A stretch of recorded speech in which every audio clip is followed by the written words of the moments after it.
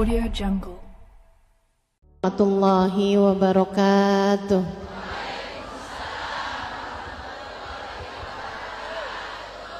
Alhamdulillah.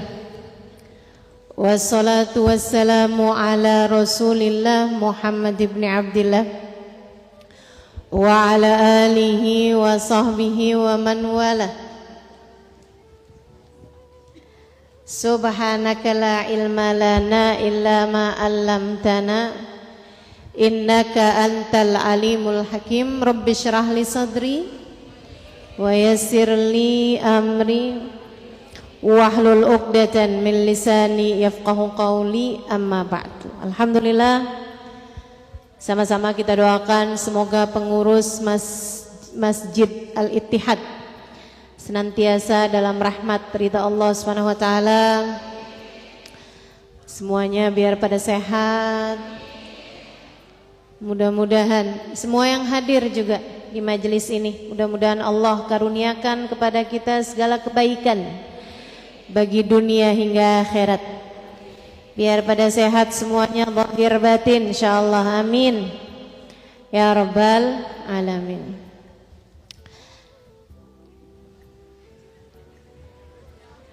Amin.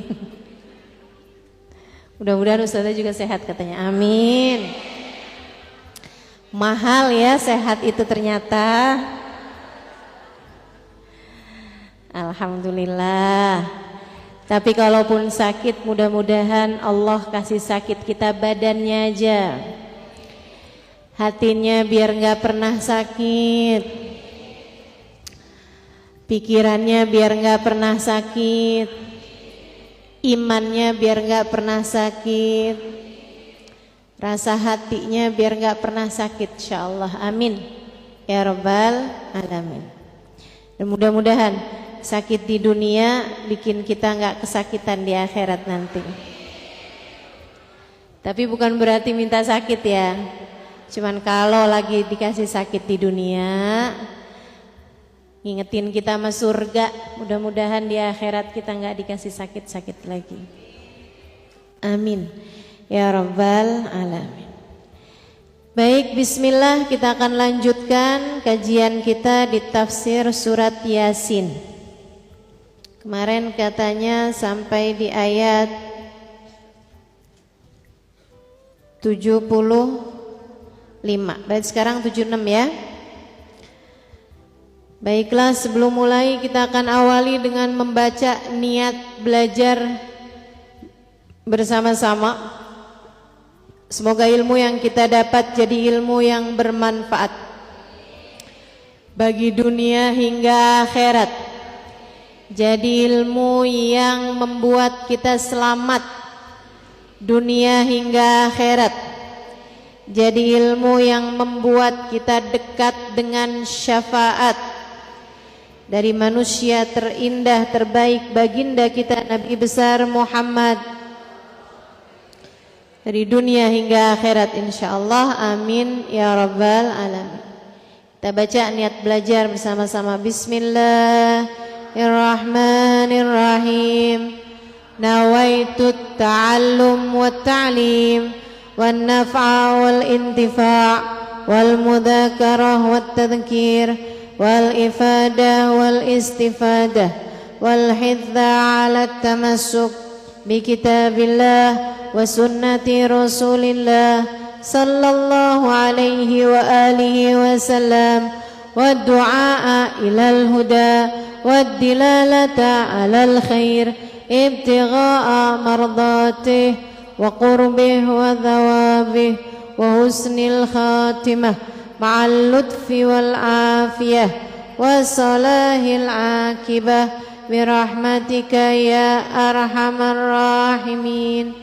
La hadratin Nabi Muhammad sallallahu alaihi wasallam wa alihi washabihi wa azwajihi wa dzurriyyatihi wa ahli baiti wa sallim wa jamil anbiya wal mursalin wal qawni ajma'in ونوصصا لسيد المهاجر الله أحمد بن عيسى فقيه المقدم محمد بن علي بالاوي سيد عبد الرحمن السقاف سيد عبد الله بن أبو بكر العيدروس فخر الوجود الشيخ بكر بن سالم وسليم فرن ثمر صاحب راتب عبد الله بن أولى الحداد أحمد بن زين الحبشي وعلي مد الحبشي وجميع ساداتنا آل أبي علوي أجمعين ثم إلى أرواح أرباب الأئمة المجتهدين ومقلدين في الدين علماء عاملين فقهاء والمحدثين والقراء والمفسرين وسادات الصوفية المحققين أجمعين أن الله يغفر لهم ويرحمهم ويعلي درجاتهم في الجنة وينفعنا ببركاتهم وأسرارهم وأنوارهم وعلومهم ونفحاتهم في الدين والدنيا والآخرة. الفاتحة.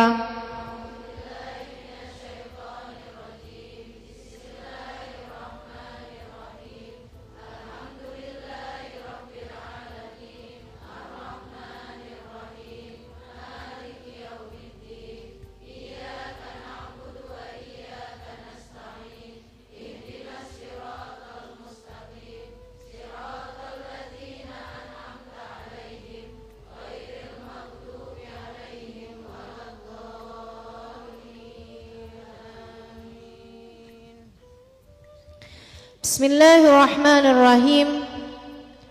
A'udzu billahi minasyaitonir rajim. Fala yahzunka qawluhum inna na'lamu ma yusirruna wa ma yu'linun. Awalam yaral insanu anna khalaqnahum min nutfatin fa idza huwa khasimun mubin. Wa daraba lana mathalan wa nasiya khalqah. Qala man yuhyil idama wa hiya ramim. Qul yuhyiha alladhi ansha'aha awwala marrah wa huwa bikulli khalqin alim. Alladhi ja'ala lakum minasy syajaril ahdari nara fa idza antum minhu tuqidun.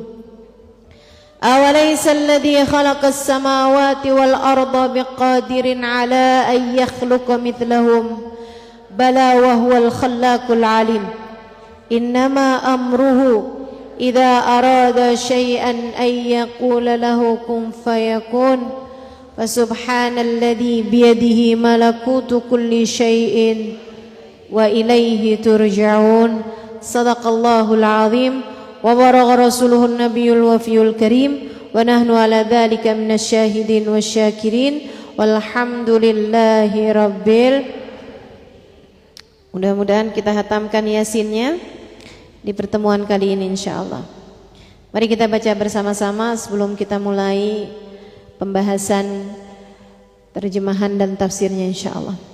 A'udzu billahi minasyaitonir rajim. Bismillahirrahmanirrahim. Fala yahzunka qawluhum inna na'lamu ma yusirruna wa ma yu'linun. Awalam yaral insanu anna khalaqnahum min nutfatin fa idza huwa khasimun mubin. Wa daraba lana mathalan wa nasiya khalqah. Qala man yuhyil idama wa hiya ramim. Qul yuhyiha alladhi ansha'aha awwala marrah wa huwa bikulli khalqin alim. Alladhi ja'ala lakum minasy syajaril ahdari nara فإذا أنتم منه توقدون. أوليس الذي خلق السماوات والأرض بقادر على أن يخلق مثلهم بلى وهو الخلاق العليم. إنما أمره إذا أراد شيئا أن يقول له كن فيكون. أنا الذي بيده ملكوت كل شيء. Sadaqallahul azim. Bismillahirrahmanirrahim. Fala yahzunka qawluhum inna na'lamu ma yusirruna wa ma yu'linun. Kemarin Allah Subhanahu wa taala sudah menerangkan kepada kita di ayat-ayat sebelumnya tentang bagaimana Allah Subhanahu wa taala menjadikan binatang-binatang. Sebagian di antara binatang-binatang tersebut ada binatang ternak. Yang mana binatang ternak itu ada yang diambil kemanfaatan berupa dagingnya, ada yang diambil kemanfaatan berupa susunya. Susu sapi misalnya, ini deh, daging kambing misalnya, susu kambing misalnya, susu ayam misalnya. Nggak ada, ayam nggak ada susunya. Iya. Di antara binatang-binatang ternak itu ada yang diambil kemanfaatan berupa susunya, berupa dagingnya, atau bahkan berupa telurnya. Di antara mereka juga ada yang dipakai sebagai tunggangan, seperti misalnya kuda, keledai, onta, gitu ya. Yang luar biasa unta dijadikan tunggangan juga, diambil dimakan dagingnya juga, diperah susunya juga. Luar biasa kemanfaatannya buat umat ini ya, buat manusia. Akan tapi kata Allah, meskipun sudah banyak dikaruniai berbagai macam karunia, ya Allah bikin semuanya buat manusia kata Allah, tapi manusia itu malah justru menjadikan yang Allah ciptakan buat manusia sebagai sesembahan. Wattakhadhu min dunillahi alihatan la'allahum yunsurun.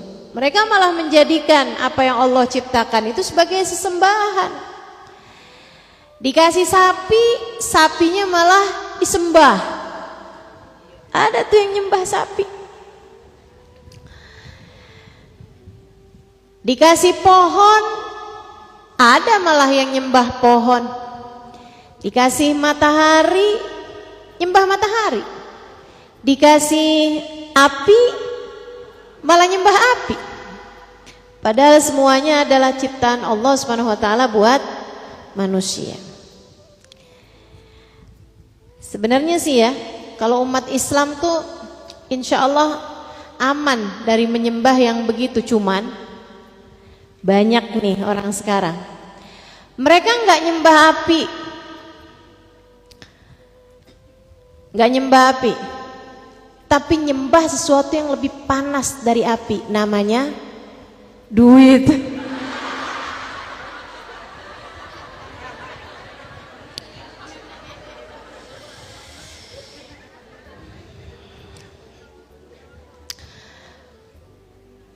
Mereka nggak nyembah pohon, tapi nyembah yang udah diproses dari pohon, nyembah kursi kekuasaan.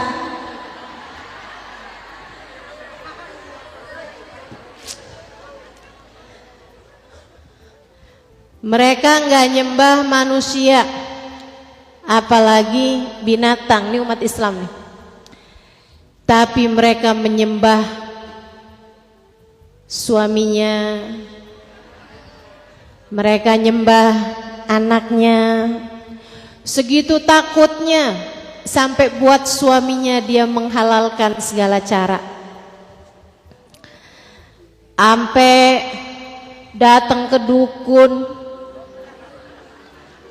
sampai alis digundulin, bikin alis baru. Ada tuh yang begitu. Jangan noleh-noleh ke sebelah. Ada yang hidungnya ditambahin biar mancung. Masya Allah. Ya nggak usah lihat-lihat sebelah ya. Mungkin itu di masa jahiliyah. Sekarang udah ngerti kan, insya Allah nggak ngerjain lagi hal-hal yang diharamkan Allah Subhanahu wa taala. Yang lebih berbahaya dari semua sesembahan ini adalah ketika seseorang menyembah hawa nafsu dirinya sendiri. Apapun yang diminta sama hawa nafsunya, apapun yang diinginkan oleh dirinya, apapun yang dia ambisi untuk meraihnya, dia pun berusaha untuk melakukannya. Itu yang lebih menyeramkan teman-teman. Karena kayak kata Nabi, dabibun naml, kayak suaranya semut. Kedengeran nggak? Nggak kedengeran. Nggak kedengeran. Ketika seseorang menyembah selain Allah, yaitu menyembah dirinya sendiri. Riya namanya. Riya namanya. Kepengenan buat dilihat orang, kepengenan biar orang tahu siapa saya sebenarnya. Hebat loh dia, sakit-sakit aja tetap ngajar.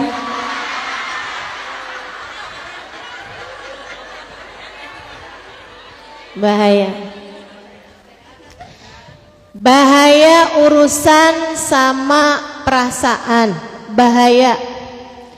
Bahaya urusan sama suara sekecil suara semut yang terus ada dalam hati kita. Dia nggak tahu siapa saya liatin. Suami marah-marah dalam hatinya, lo nggak tahu siapa gua. Kamu pikir kamu boleh marah-marahin istri solehah kayak saya?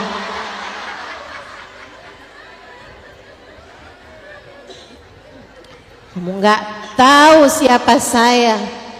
Nanti kalau jam 3 pagi aku akan tahajud mendoakanmu.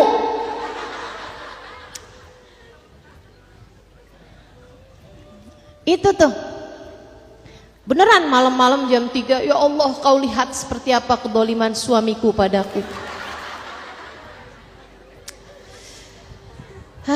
Aduh. Kita ketinggian naruh diri, teman-teman. Kita ketinggian naruh harga diri. Ketinggian naruh harga diri. Kita ngerasa kayak yang kayak kita tuh nggak pantas dizolimi. Yang kayak kita tuh nggak pantas diremehkan. Padahal kalau Allah tanya, emang siapa kamu? Siapa ya? Mestinya kita bisa lihat diri kita dengan sebenar-benarnya penglihatan, dengan sebenar-benarnya pandangan. Sayyidina Muhammad Al-Bagir alaihi ridwanullah.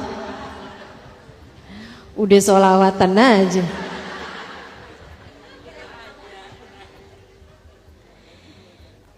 Sayyidina Muhammad Al-Bagir, seorang tokoh ulama terkemuka, putra Sayyidina Ali Zainal Abidin ibn Husain bin Fatimah bintun Nabi sallallahu alaihi wasallam. Anak dari cicitnya Nabi Muhammad sallallahu alaihi wasallam. Ulama terkemuka pada zamannya, beliau lagi jalan.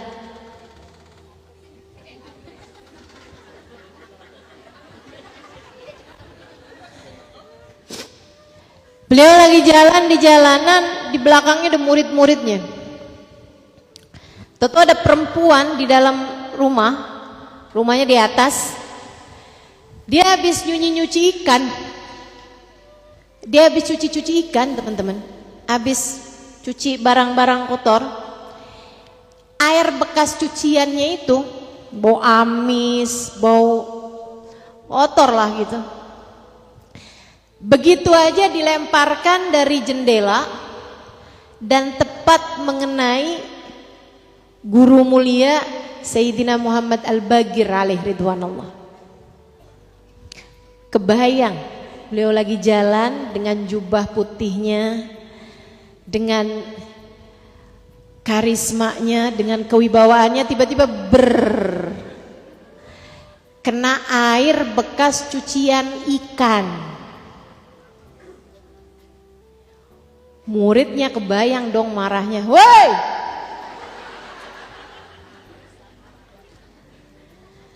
Masya Allah. Beliaunya begitu kena cucian ikan itu, beliau menengadahkan tangannya, kemudian berkata, ya Allah, yang berhak untuk api neraka yang pantas untuk api neraka. Kau hanya memberikannya air cucian ikan. Terima kasih ya Allah atas rahman rahimmu ya Allah. Keren. Kemampuan menata hati teman-teman, hingga tidak menuhankan diri sendiri. Di dalam nih, dengerin yang benar.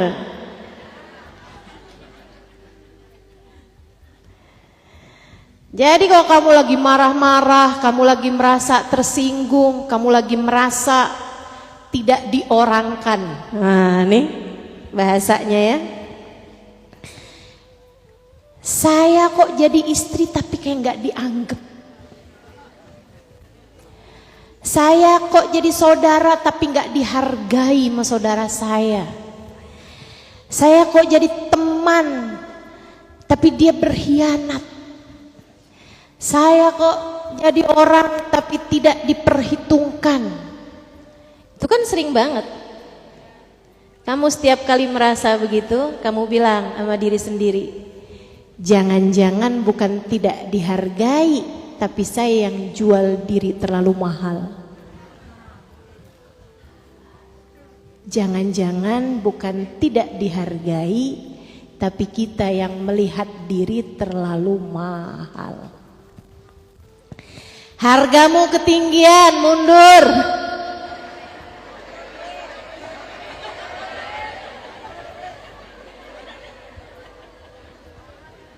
Hargamu ketinggian. Jadi gitu, kalau lagi dimarahin, lagi direndahin, makasih ya Allah. Ini adalah caramu mendidik diriku agar tidak terlampau menilai diri terlalu tinggi. Nyesek banget loh kita kalau di dunia ngerasa diri sesiapa, tahu-tahu di akhirat gak ada artinya. Nyesek banget loh kita kalau kita menganggap diri dekat sama Allah, dekat sama Rasulullah, ternyata di akhirat nanti hanya akan berada di belakang orang-orang fasik yang dimurka oleh Allah Ta'ala. Nyesek banget loh kita kalau kita kira kita sembah Allah, ternyata selama ini kita hanya menuhankan diri kita sendiri. Fala yazunka qauluhum inna na'lamu ma yusirruna wa ma yu'linun. Kata Allah pesan kepada Nabi Muhammad, wahai Rasulullah, la yazunka qauluhum, ucapan orang-orang jangan sampai bikin hati kamu sedih. Ini pesan Allah kepada manusia terkasih baginda Nabi besar Muhammad, seorang yang punya nilai sangat tinggi di sisi Allah SWT. Tapi karena beliau selalu merendah, hingga terkadang ucapan-ucapan orang beliau dengarkan, kemudian jadi bikin sedih hati beliau sendiri. Ketika orang-orang pada bilang, Muhammad, Tuhanmu sudah meninggalkan kamu ya? Karena kamu berbulan-bulan lamanya gak dapat wahyu lagi. Nabi sedih. Sampai Allah kemudian berfirman tentang beliau, ma wadda'aka rabbuka wa ma qala. Tuhanmu gak pernah berpisah denganmu dan tidak pernah mengacuhkanmu, tidak pernah tidak peduli padamu. Nah, ini ucapan yang ini nih yang berkenaan dengan mana nih? Jadi ceritanya begini teman-teman. Waktu Nabi Muhammad sallallahu alaihi wasallam, orang-orang kafir memutuskan membunuh Nabi Muhammad alaihi wasallam. Oh ya, sebelum saya lanjutkan, saya minta dengan amat sangat siapapun yang bercadar mohon dilepas cadarnya. Sekali lagi saya mohon dengan sangat agar siapapun yang bercadar dapat melepas cadarnya.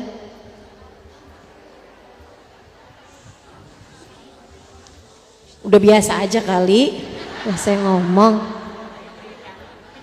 langsung nengok kiri kanan. Iya, siapapun yang bercadar harap melepas cadarnya. Enggak apa-apa kalau lagi sakit gigi, lebih bengkak sebelah nggak apa-apa. Yang penting kita semuanya di sini perempuan dapat merasa aman bahwa yang di sebelah bukan laki-laki berkumis. Gitu kan?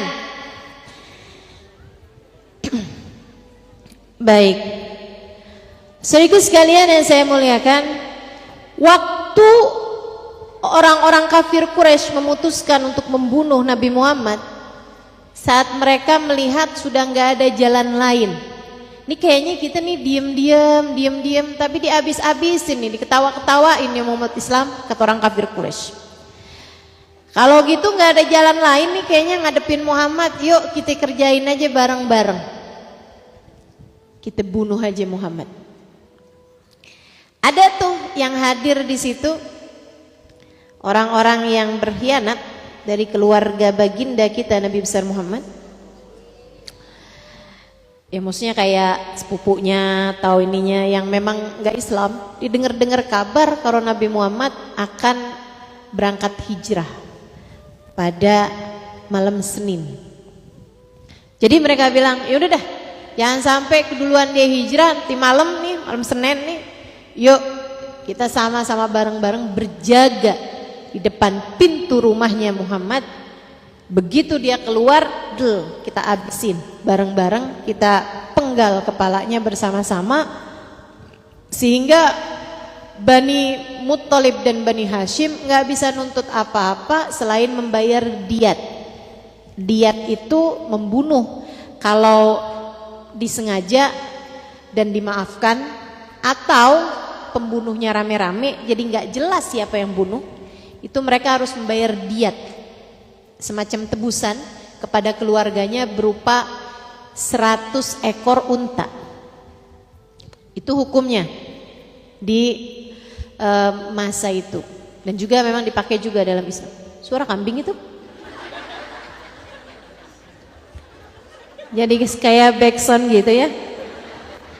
Saya lagi nyebut-nyebut unta, kemudian terdengar suara kambing. Jangan-jangan itu adalah kambing berbulu unta.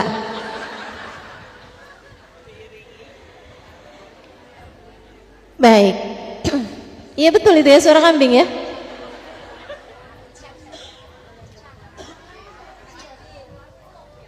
Suara anak kecil. Kayak kambing.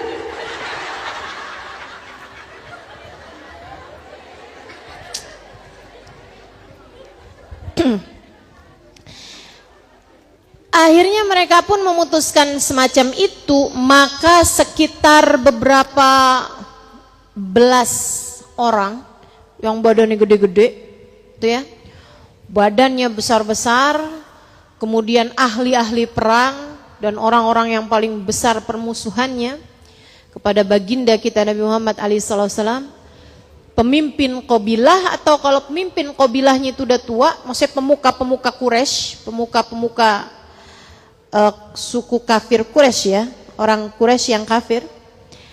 Kalau dianya udah tua, anaknya gitu digantikan, itu ada sekitar berapa belas orang yang badannya kuat-kuat. Mereka bawa pedang yang sudah dilumuri dengan racun, sehingga andai pun mereka pikir Muhammad dapat berkelit, kena ujungnya aja udah mati gitu. Kena ujung salah satu pedang tersebut udah mati. Di hari yang sama, Nabi Muhammad menyusun strategi. Beliau memanggil Sayyidina Ali bin Abi Thalib, kemudian memintanya, wahai Ali, dari sebelum maghrib, wahai Ali, nanti lepas isya, tidurlah di pembaringanku ini, berselimutlah dengan selimutku, tutupi sampai ke wajahmu. Sayyidina Ali paham betul bahwasanya malam tersebut mereka berencana untuk membunuh Nabi Muhammad. Dan membunuh itu kan paling benar, paling gampang di atas tempat tidurnya. Nah Sayyidina Ali suruh tidur di tempat tidurnya. Kalau kamu kira-kira gimana itu? Rasul, saya belum kawin. Rasul, saya masih mau lihat anak-anak saya gede-gede. Rasul, saya mau ngawinin anak saya. Kayak punya banyak alasan gitu kan. Sayyidina Ali bilang, sami'na. Ini kerennya para sahabat nih. Tidak pernah membiarkan hawa nafsu menghalangkan mereka dari kebaikan. Tidak pernah cintanya kepada diri sendiri membuat mereka terhalang dari sungguh-sungguh mencintai Nabi. Nih dengerin. Cintanya kepada Allah dan Rasulnya melebihi cinta mereka kepada diri sendiri. Jadi gak ada selain sami'na, kami dengar dan kami patuh. Dah tuh, malam hari itu berjagalah orang-orang di depan pintu rumah Nabi Muhammad. Dan rumahnya satu pintu. Jadi gak bisa tuh dari pintu yang lain misalnya gitu. Emang dari pintu itu aja udah satu. Lain nama rumahnya Nabi Muhammad di Madinah tuh 2 pintu. Ada pintu tembus masjid, ada pintu tembus luar. Baginda kita Nabi besar Muhammad alaihi salam sebentar ngintip, waduh udah pada jaga tuh semuanya tuh. Nabi kemudian gelisah, takut. Kewajaran sebagai seorang manusia, biasa aja, pasti aja. Ada takutnya, ada khawatir gitu kan. Kemudian ada namanya Umayyah bin Khalaf. Salah satu dari musuh bebuyutan paling kafir tuh. Dia ngeledekin temen-temennya. Dia ngomong dengan bisik-bisik, tapi Allah perdengarkan ucapannya kepada baginda Nabi. Dia ngomong gini nih, sambil bawa tulang, dia bilang, ente denger gak? Noh, yang di rumah, maksudnya Nabi Muhammad. Dia bilang katanya kita kalau udah jadi tulang kayak begini nih, bakalan hidup lagi. Abisnya hidup lagi, kita bakalan disiksa. Sampai kita mati jadi tulang lagi, dihidupin lagi. Terus begitu katanya, tar sesudah kematian kita. Aneh-aneh aja tuh si Muhammad. Emang dia rada-rada PA. Semacam itulah ucapan-ucapan ma huwa illa majnun. Dia itu emang gila gitu. Ucapan yang sangat keji sekali. Sehingga sekalian saya muliakan, ucapan itu Allah sampaikan kepada baginda Nabi. Nabi dengar ucapan itu. Sedih hatinya. Bukan karena ia telah difitnah misalnya gitu, bukan. Akan tetapi sepertinya sudah begitu jauh hidayah dari orang-orang kafir Quraisy tersebut. Allah kemudian mengatakan, fala yahzunka qauluhum. Enggak usah sedih Muhammad mau ucapan orang-orang itu. Biasa aja. Orang mah bisa ngomong apa aja, akan tetapi nilaiku adalah bagaimana nilaimu, adalah bagaimana aku menilaimu. Cakep. Itu inget-inget terus tuh. Nilaimu di sisi Allah tergantung. Nilaimu, nilai dirimu sejatinya tergantung dari bagaimana Allah Subhanahu wa ta'ala menilai dirimu itu. Nilai saya bukan sama pandanganmu. Enggak. Kamu hanya melihat zahir saya. Bisa jadi saya tidak sebaik yang kamu kira, tapi jangan salah. Bisa jadi juga saya tidak seburuk yang kamu kira. Kita nggak tahu. Karena nilai seseorang bukan pada pandangan manusia, akan tetapi pada bagaimana Allah Subhanahu wa ta'ala menilai dirinya. Makanya gak usah khawatir. Pembenci ucapannya pasti akan sangat keji. Pemuja ucapannya bisa sangat tinggi kemana-mana. Kamu jangan terlalu fokus kepada pandangan orang lain kepadamu. Karena siapapun kamu akan selalu ada pemuja, pecinta, sekaligus juga akan ada pembenci. Jelas? Setidaknya anakmu sendiri. Nak, ada bu guru yang cantik nggak? Ada. Cantikan siapa mama? Mama.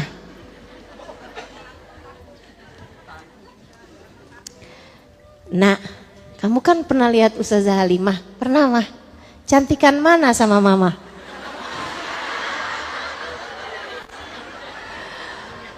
Mama.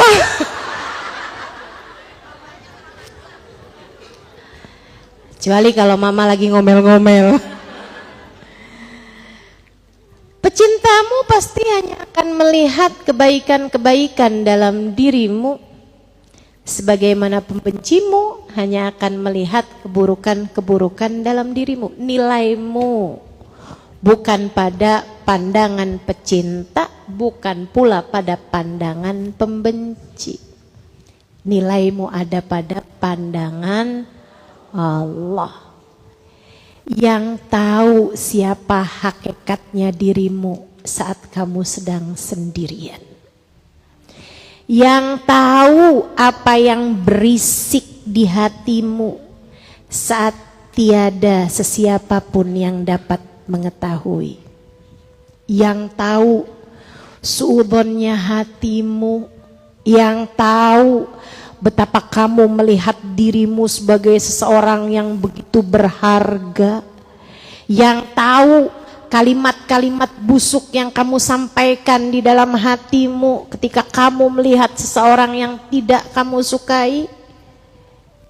Allah Subhanahu wa ta'ala mengetahui zahir batinmu, dan disitulah letak nilaimu yang sesungguhnya.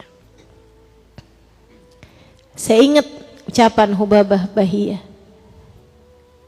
Kata Hubabah Bahiyah Halimah, gak ada yang lebih tahu siapa kamu selain Allah dan dirimu sendiri.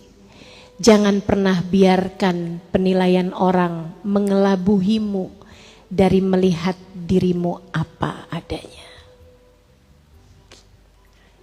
Jadi teman-teman sekalian, gak usah terlalu fokus sama penilaian orang. Bahkan kepada baginda kita Nabi besar Muhammad, Allah mengatakan tentangnya, fala yahzunka qauluhum. Jangan sampai ucapan kaum kafir tersebut membuatmu sedih, wahai Nabi Muhammad. Inna na'lamu ma yusirruna wa ma yu'linun. Kami tahu, inna na'lam. Kami mengetahui. Kami akan selalu mengetahui. Ma yusirrun. Apa yang mereka sirkan, apa yang mereka rahasiakan, wa ma yu'linun, dan apa yang mereka sampaikan, apa yang mereka iklankan, apa yang mereka umumkan. Yang zahir, yang batin kami tahu semuanya. Muhammad, tenang aja. Tenang aja. Jangan sampai ucapan mereka bikin hatimu bersedih, wahai kekasih hatiku. Ini luar biasa banget ya, Allah menghibur baginda kita Nabi besar Muhammad sallallahu alaihi wasallam. Habis itu Allah Subhanahu wa taala perintahkan, sudah lihat Sayyidina Ali udah mapan di atas tempat tidurnya Nabi, berselimut dengan selimutnya Nabi sampai nutup ke kepalanya. Allah kemudian memerintahkan Nabi kita Muhammad untuk baca surat Yasin sampai di ayat waja'alna min baini aidihim sadda wa min khalfihim sadda. Fa'usyainahum fahumla. Nabi kemudian keluar. Ketika Nabi baca itu dari dalam rumah, Allah bikin semuanya ngantuk. Itu kayak semacam obat bius gitu loh. Saya tahu nih rasanya.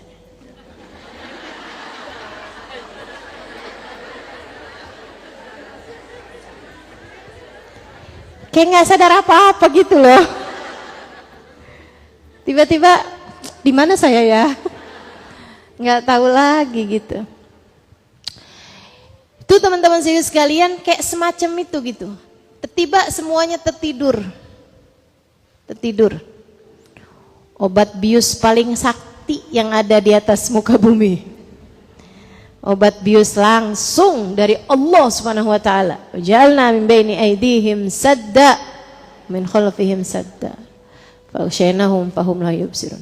Ustazah, itu boleh enggak sih ayat itu kita baca kalau kita mau enggak ketahuan?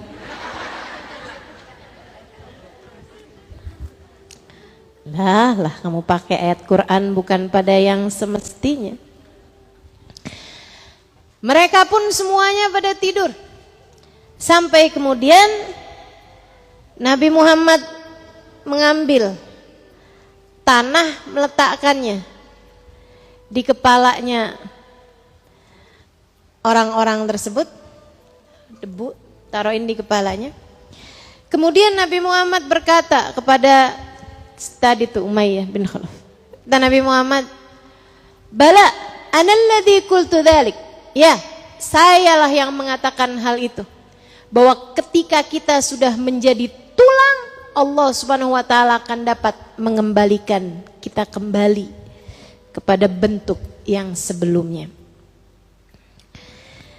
Untuk itu Allah kemudian menyampaikan, "Awalam yaral insanu anna khalaqnahum min nutfatin fa idza huwa khasimun mubin."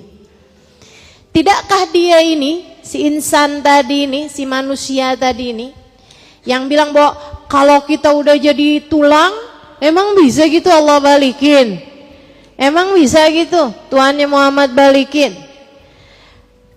Katanya Allah Subhanahu wa taala, "Walam yarul insanu anna khalaqnahu min nutfatin fa idza huwa khasimun mubin." Tidakkah dia memperhatikan si manusia satu ini nih? Emang dia enggak lihat gitu? Kami menciptakan dia dari nutfah, dari air sperma. Kemudian jadi tulang, kemudian jadi daging, kemudian jadi otak, kemudian jadi sumsum, kemudian jadi persendian, kemudian jadi kulit, kemudian jadi rambut, kemudian jadi mata, jadi hidung, jadi telinga, jadi panca indera. Kami yang menciptakannya dari yang semula hanya nutfah, hanya sperma. Itu ya. Dari sperma nggak ada apa-apa kemudian menjadi sosok manusia yang segini gedenya, gitu kan? Ama dari tulang kemudian diciptakan lagi manusia, gitu kan? Mana yang lebih gampang? Dari tulang, udah ada sebelumnya, hanya dikembalikan. Nutfah kata Allah Subhanahu Wa Taala, dari nutfah. Kamu jangan lupa. Kamu aku ciptakan dari nutfah yang sama sekali nggak ada beratnya. Dari nutfah yang kelihatannya adalah bahkan jutaan sperma di dalamnya yang bisa hidup hanya satu saja dari sperma-sperma tersebut. Berapa kecilnya itu saudaraku sekalian. Kami menciptakanmu dari nutfah.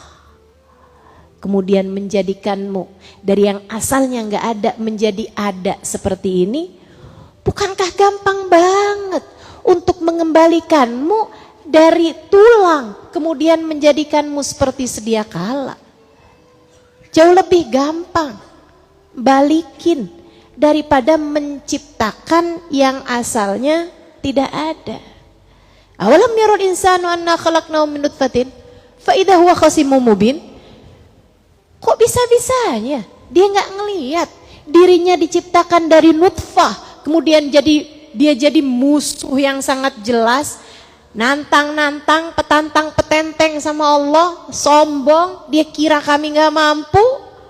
Wadrib lahum mathalan, dia membuat perumpamaan, dia mengambil tulang, kemudian dia bilang, emang bisa nih Tuhannya Muhammad menciptakan kita nih padahal udah hancur jadi tulang kayak begini, kemudian kita dibangkitkan kembali. Dia bikin perumpamaan kata Allah. Daraba lana mathalan wa nasiya khalqah. Dia lupa penciptaannya sendiri. Qala man yuhyil idhama wa hiya ramim. Dia bilang sama teman-temannya, siapa nih yang bisa menghidupkan idham, menghidupkan tulang, wa hiya ramim, padahal dia telah menjadi hancur luluh, menjadi tinggal tulang belulang belaka.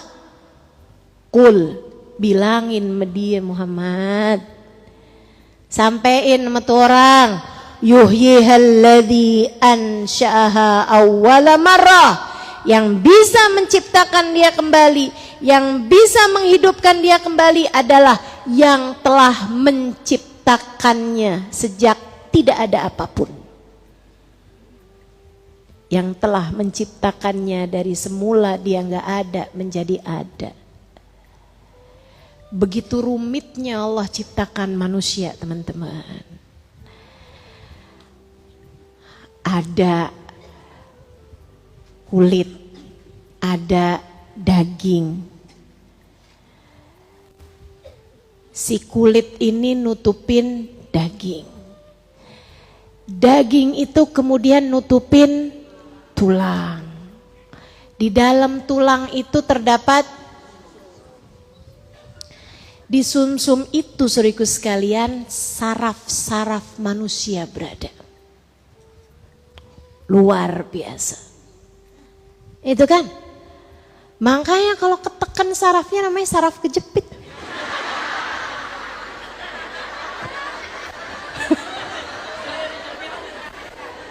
Jadi itu luar biasa. Allah tuh menciptakan manusia rumitnya luar biasa, teman-teman. Saya kirain dulu tuh yang paling sakit itu luka daging, luka tulang, ternyata nggak ada apa-apanya. Kalau sakitnya sampai ke saraf. Kenapa saraf paling sakit? Karena di sanalah mengalir ruh yang Allah Subhanahu wa taala hembuskan dalam diri manusia. Saudaraku sekalian yang saya muliakan, tuh kata Allah Subhanahu wa taala kayak begitu. Rumit manusia aku ciptakan, aku dapat menciptakannya dengan mudah. Apatah lagi sekedar mengembalikan kembali manusia yang sudah menjadi tulang kemudian diciptakan kembali menjadi manusia. Alladzi ja'alakum min kul yuhyihalladzi ansha'aha awwala marrah wa huwa bikulli khalqin alim. Wa huwa, sungguhnya Allah, bikulli khalqin, terhadap setiap makhluknya, alim, Allah Maha mengetahui. Alladzi ja'ala lakum minasyajaril akhdari nara. Dialah Allah yang telah menjadikan minasyajar, dari pepohonan, al-akhdar, yang hijau, nara, terciptakanlah api. Faida antum minhu tuqidun, kemudian dari api tersebut kalian menyalakannya hingga dapat menghancurkan atau dapat membakar pohon itu sendiri sampai menjadi abu. Masya Allah. Itu api diciptakannya kan dari daun-daun tuh.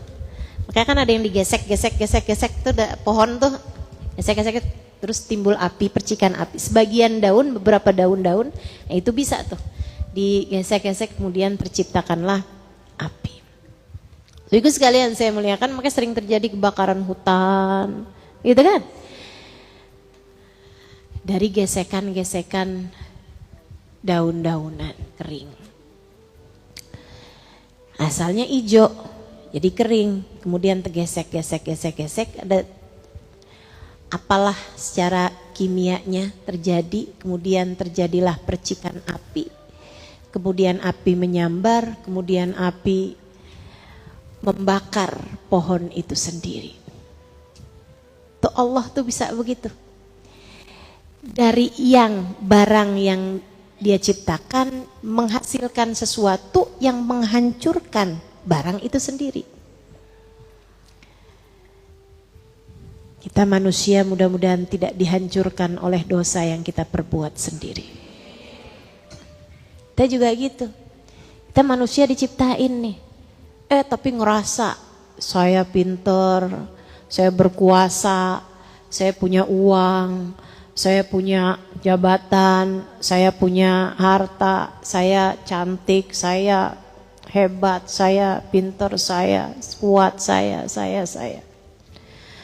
Kemudian dia mengerjakan sesuatu berdasarkan kecongkakannya sendiri yang akhirnya menghancurkan dirinya sendiri. Awalaysa alladhi khalaqas samawati wal arda biqadirin ala ay yakhluqa mithlahum bala wa huwal khallaqul alim. Bukankah Allah yang telah menciptakan langit dan bumi mampu untuk menciptakan yang seperti kalian? Menciptakan manusia yang lain? Bisa apa nggak bisa kira-kira? Bisa banget. Bisa banget.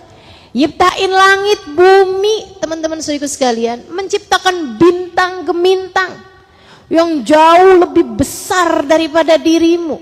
Bahkan ada tuh, saya baca tuh tentang bintang itu ya. Ada di antara bintang-bintang itu yang kamu saksikan cahayanya di waktu malam, itu adalah cahaya dia yang baru sampai ke matamu 300 tahun yang lalu.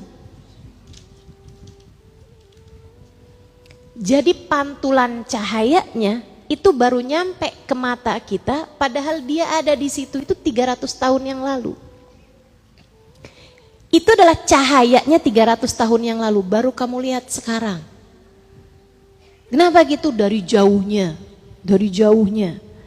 bintang tersebut kebayang teman-teman.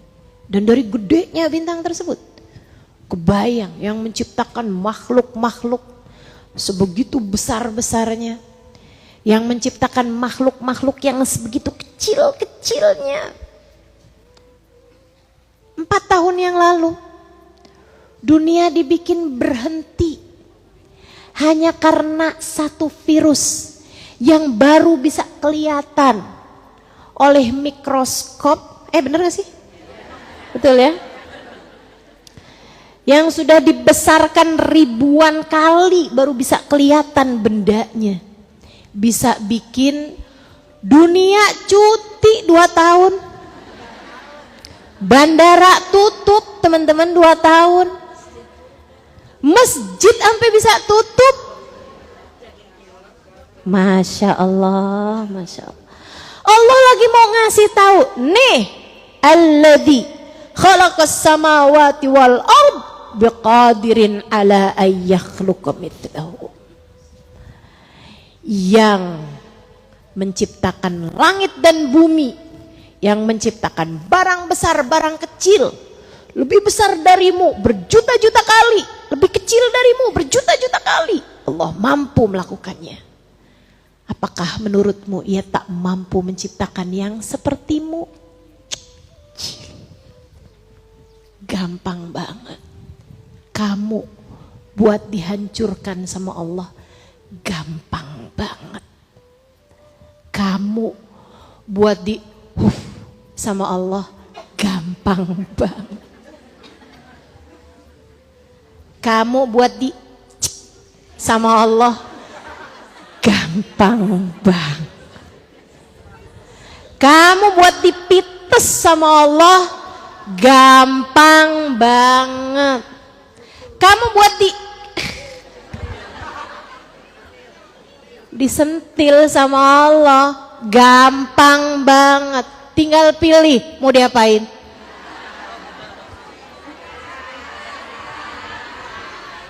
Kita hanyalah debu yang tak berharga kecuali jika Dia menghargai kita. Kita hanyalah debu dalam kemahaagungannya, tak bernilai apapun kecuali jika Dia menilai kita dan mengartikan kita sebagai sesuatu yang berharga. Ingetin terus tuh, yang kayak begitu ingetin terus. Qul yuhyihalladzi ansha'aha awwala marrah biqadirin ala awalaisa alladzi khalaqas samawati wal arda biqadirin ala ay yakhluqa mithlahum bala wa huwal khallaqul alim. Kok saya sombong banget ya? Padahal Allah gampang banget loh mau hancurkan saya. Kok saya ngerasa diri sesiapa ya? Padahal Allah gampang banget mau habisin saya. Siapa nih saya ini? Kok saya merasa diri saya begitu berharga, begitu bermakna, begitu berarti. Gak ada artinya apa-apa. Allah gampang banget untuk menciptakan manusia-manusia lainnya, menggantikan kita di atas muka bumi ini. Dihancurin gampang banget sama Allah. Bala, tentu gampang. Wa huwal khallaqul alim, sebab Allah adalah khallaq, zat yang maha menciptakan. Al-alim, zat yang maha mengetahui. Innama amruhu idza arada syai'an ay yaqula lahu kun fayakun. Urusannya Allah itu kalau dapat diibaratkan seperti kamu, ketika menghendaki sesuatu hanya tinggal bilang kun, jadilah, fayakun, maka ia pun jadi. Kun fayakun. Bukan berarti Allah kalau mau menciptakan segala sesuatu harus bilang kun, enggak. Itu hanya pengibaratan begitu mudahnya Allah menciptakan segala sesuatu. Allah bahkan enggak perlu sama kalimat kun. Itu hanya untuk memudahkan pikiranmu. Semudah kamu mengatakan kun. Seperti itulah Allah ketika menciptakan. Kalau istilah kita nih, Allah tuh mau nyiptain apapun kayak semudah kita membalik telapak tangan gitu. Kayak gitu teman-teman saudara sekalian. Allah kalau menghendaki segala sesuatu hanya perlu berkata kun, jadilah. Maka sesuatu itu pun jadi. Allah mau bikin, misalnya Quran ini jadi emas. Kalau Allah mau bisa aja. Allah mau bikin, misalnya dari Al-Quran menjadi batu misalnya. Allah bisa aja kalau Allah mau.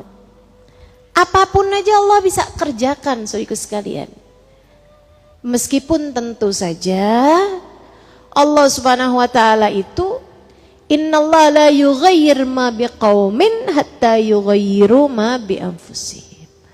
Allah nggak akan mengubah nasib suatu kaum kecuali jika kaum itu sendiri yang mengubah nasibnya. Tapi kalau bicara kekuasaan Allah, Allah maha berkuasa terhadap segala sesuatu. Kayak misalnya nih, Ustazah Allah bisa nggak sih bikin saya, nih ya, saya nih ngafalin juz 30 aja nggak hafal-hafal.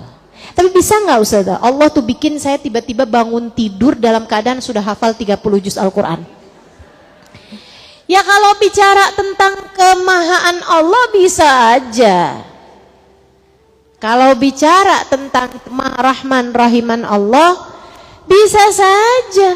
Sebab Allah itu innama amruhu syai'an ayyaqula lahu kun. Allah mah bisa-bisa aja. Innallaha ala kulli syai'in qadir. Bala wa huwal khallaqul alim. Kan begitu ya? Allah terhadap segala sesuatu maha berkuasa. Allah adalah zat yang khalaq, maha menciptakan dan maha mengetahui. Allah bisa banget teman-teman saudara sekalian. Akan tetapi masalahnya kamunya tuh. Masalahnya kamunya. Nih yang ngafalin juz 30 aja males-males. Gak usah ngafalin juz 30. Surat yang dibaca aja kuliah kulhu mulu.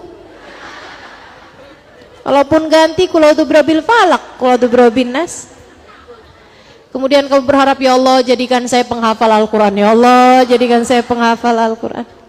Ada ikhtiar yang harus dilaksanakan. Kan begitu? Makanya ketika kamu lihat siapapun, nah itu mengalami, kamu melihat orang besar, orang pandai misalnya gitu. Ya pasti mengalami masa panjang dari pendidikan yang Allah Subhanahu wa taala berikan dalam kehidupannya. Nah, kamu juga yang tahan terhadap pendidikan Allah Subhanahu wa taala, mudah-mudahan bisa bikin kita jadi orang-orang yang punya makna di sisi Allah. Amin ya rabbal. Termasuk ya Allah tuh, innama amruhu idza arada syai'an ayaqula law kun fayakun. Ini ayat teman-teman, antara khauf sama roja nih sama-sama gedenya. Ayat-ayat Quran itu kan ada yang memberi makna optimis buat kita, bikin kita jadi kayak husnudzon sama Allah gitu. Insya Allah deh, Allah kan Maha Rahman, Allah Maha Rahim, begitu kan ya. Kita udah dikasih iman, kita udah dikasih ini, mudah-mudahan pertanda Allah sayang sama saya nih, hari ini bisa hadir majelis. Mudah-mudahan pertanda Allah akan memudahkan jalan kita menuju surga, kan begitu. Itu namanya husnudzon sama Allah. Tapi kita juga mesti punya khauf. Di satu sisi juga mesti punya rasa takut. Bainar roja wal khauf, antara roja sama khauf itu katanya Nabi Muhammad kajana hayat tair, seperti dua sayapnya burung. Jadi kamu baru benar-benar bisa terbang kalau kamu pakai dua-duanya. Jangan sampai timpang ke arah sebelah aja. Kamu punya khauf aja gitu, punya rasa takut aja sama Allah, tapi nggak punya pengharapan, salah juga. Kamu punya pengharapan yang berlebihan, tapi kamu nggak punya rasa takut kepada Allah. Tenang aja deh, Allah Maha Pengampun ini. Saya mau orang Islam, saya udah pastilah masuk Islam, pastilah di akhirat barengan sama Nabi Muhammad saya gitu loh. Allah udah ngasih saya iman, Allah udah ngasih saya Islam, masa saya nggak ketemu sama Nabi Muhammad? Ya nggak mungkin lah. Nah itu kan kebanyakan rojanya gitu. Kamu nggak inget apa dosa kamu kayak gimana? Kamu gak inget apa mata kamu udah ngeliat apa aja? Kamu gak inget apa lisan kamu tuh udah ngomong apa aja? Yang bahkan kalimat-kalimat yang menyakiti orang lain, kamu gak inget apa dosa-dosa kamu kayak gimana? Nah itu antara khauf maroja tuh mesti sama-sama seimbang. Ayat ini harus kamu pakai buat dua-duanya, khauf sama roja. Allah bisa banget untuk mengubah kamu dari buruk menjadi baik, betul. Tapi Allah juga bisa banget mengubah kamu dari baik menjadi buruk. Sekejap mata, bahkan lebih cepat daripada itu. Semudah membalik telapak tangan, bahkan lebih mudah daripada itu. Seperti seseorang mengucapkan kalimat kun, bahkan lebih cepat daripada itu. Allah bisa melakukan apapun untukmu, untukku, untuk kita semua. Saya ingat ada salah satu ucapan Sayyidil Habib Umar bin Hafid. Ketika beliau mengucapkannya, saya benar-benar ngeri banget gitu. Kata guru saya Sayyidil Habib Umar bin Hafid, beliau bilang Allah tuh punya sifat la yubali, gak peduli. Gak peduli. Allah gak peduli meski seperti apapun banyaknya solat-solatmu. Kalau Allah Subhanahu wa taala mau murka kepadamu, ia akan murka padamu. Bahkan dengan satu lirikan haram yang kamu kerjakan.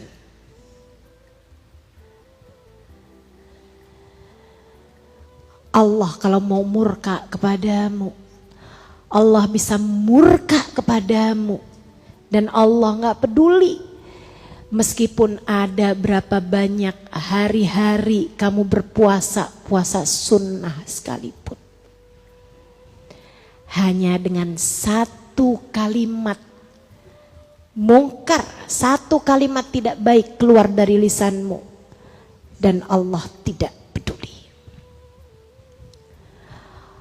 Demikian pula kalau Allah mau cinta sama seseorang, Allah gak peduli.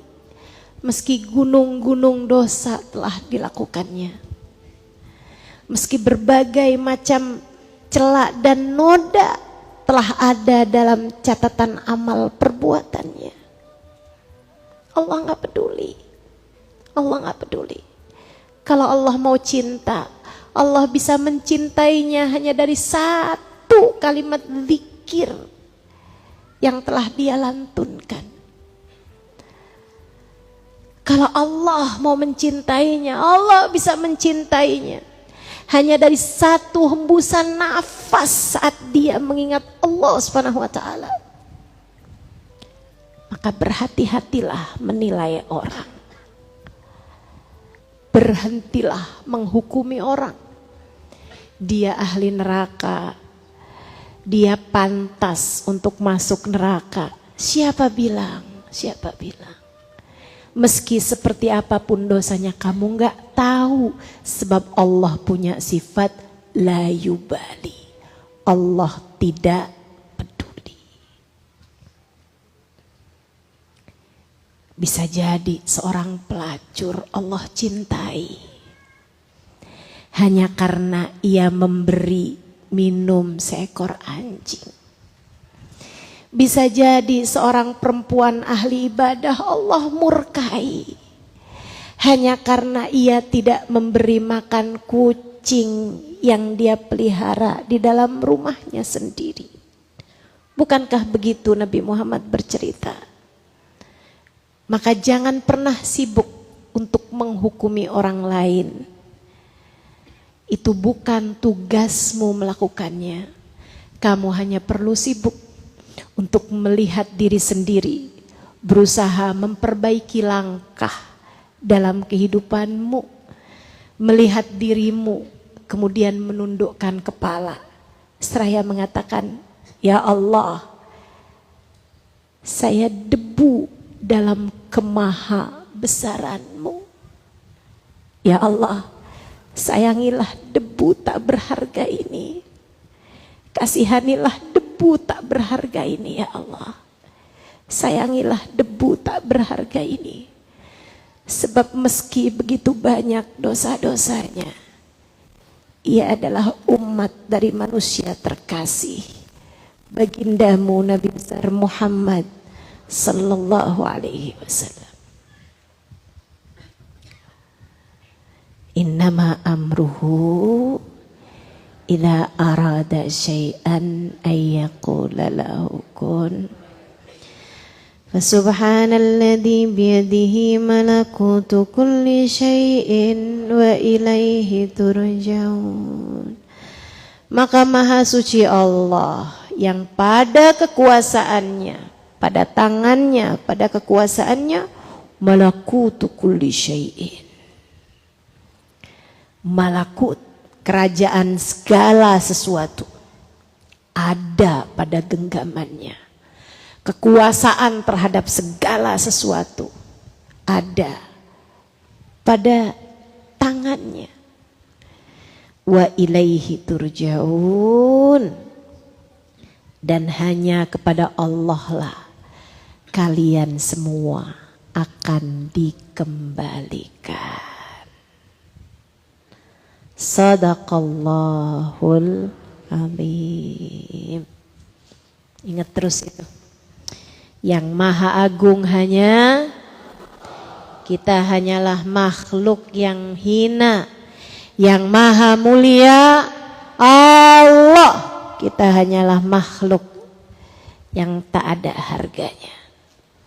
Mudah-mudahan Allah Subhanahu wa taala memuliakan kita semua dengan kemaha-rahimannya insyaallah. Kemaha-rahman-rahimannya insyaallah. Amin ya rabbal alamin. Baik, saudaraku sekalian yang saya muliakan, itu tadi tafsir Al-Qur'an surat Yasin telah kita selesaikan. Bulan depan kita udah masuki bulan suci, bulan Maulid ya. Bulan Maulid insyaallah kita akan hadiri majelis-majelis Maulid. Jadi di bulan Maulid kajian-kajian rutin saya akan saya liburkan, selebihnya kita akan menghadiri majelis-majelis Maulid insyaallah. Mudah-mudahan lebih banyak rahman rahim Allah kita dapatkan di majelis-majelis maulid kita insyaallah. Taqabbalallah minna wa minkum taqabbal ya karim. Terima kasih atas segala perhatiannya, kurang lebihnya mohon maaf. Billahi taufiq wal hidayah. Mohon maaf saya apabila tentu ada banyak kekurangan, kesalahan. Mudah-mudahan bermanfaat. Wal afu minkum. Wassalamualaikum warahmatullahi wabarakatuh.